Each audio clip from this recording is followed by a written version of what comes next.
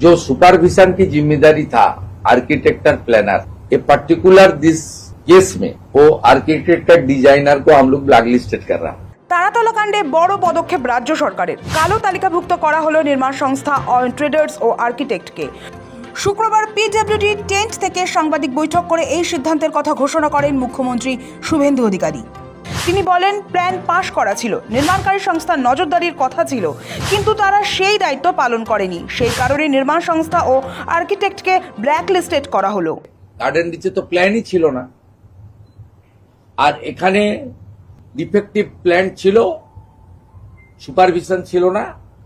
তার ফাইন্ডিংস কমিটিও বলবে। আমরা ইনিশিয়ালি যা পেয়েছি, উই আর নট ইঞ্জিনিয়ার, সেটা আপনাদের কাছে আমি বলে দিলাম। जो सुपरविजन की जिम्मेदारी था आर्किटेक्टर प्लानर, ये पर्टिकुलर दिस केस में वो आर्किटेक्टर डिजाइनर को हम लोग ब्लैकलिस्टेड कर रहा है। है आर्किटेक्टर और प्लानर डिजाइनर, उनका साथ, उनका जो कंपनी है, फार्म है, उनका साथ जितना भी आदमी जुड़ा हुआ है, उन लोग को अभी से जो अप्रूव प्लान में काम हो रहा है उसका सुपरविजन का जिम्मेदारी है। उन्होंने अंडरटेकिंग दिया है कि हम लोग सुपरविजन करेगा, लेकिन तारातला में कोई सुपरविजन नहीं। এর পাশাপাশি কলকাতা ও শহরতলির নির্মীয়মান বহুতল ও বাণিজ্যিক ভবনগুলি খতিয়ে দেখতে আগামী 31 জুলাইয়ের মধ্যে বিশেষ অডিটের সময়সীমা বেঁধে দিয়েছেন মুখ্যমন্ত্রী।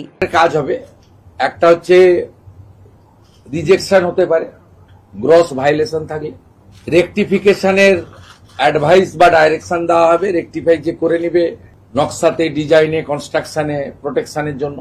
আর যারা ঠিকঠাক আছে, যেমন যেমন আসবে তেমন তেমন ক্লিয়ারেন্স তারা পেতে থাকবে। শম্ভুনাথ বেহরা বন্দর কর্তৃপক্ষের কাছ থেকে 30 বছরের লিজে তারাতলার জমি নিয়েছিলেন। গোডাউন নির্মাণ সংস্থা বেহরা ব্রাদার্স নির্মাণের জন্য বন্দর এলাকার অয়ন ট্রেডার্সকে বরাদ দিয়েছিল। সাংবাদিক বৈঠক থেকে মুখ্যমন্ত্রী শুভেন্দু অধিকারী জানান, নির্মাণ সংস্থা ও আর্কিটেক্টকে কালো তালিকাভুক্ত করা হলো। মুখ্যমন্ত্রী বলেন, প্ল্যানার ও আর্কিটেক্টের নজরদারির দায়িত্ব ছিল, প্ল্যান পাশ হয়েছিল, সংস্থার দায়িত্ব ছিল নজরদারি চালানো।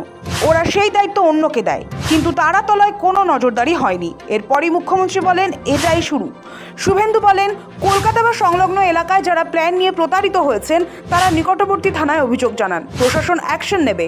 পোস্তা গার্ডেন রিচ প্রসঙ্গ তুলে পূর্বতন তৃণমূল সরকারকেও নিশানা করেন মুখ্যমন্ত্রী।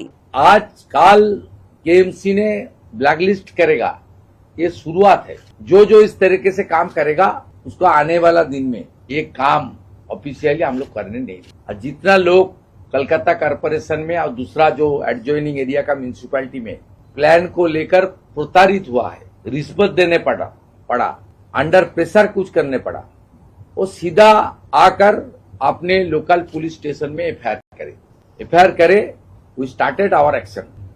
আপনি আগের সরকারকে তো প্রশ্ন করতে চাই, পোস্তা, মাজেরা, গার্ডেন রিচ কজনকে জীবিত বের করতে পেরেছিলেন? 14-15 জন মারা গেছেন, এটা দুঃখজনক।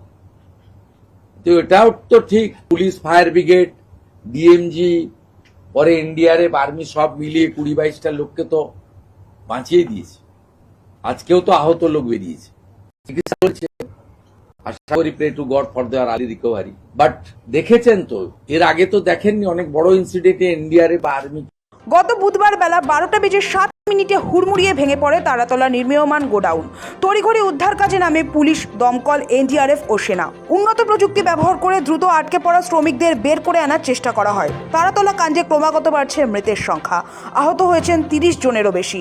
ঘটনায় জারি ধরপাকড়ও। এসবের মাঝেই এবার ঠিকাদার সংস্থাকে কালো তালিকাভুক্ত ঘোষণা শুভেন্দু অধিকারী সরকারের। সৌভিক সান্যালের রিপোর্ট, সময়, কলকাতা।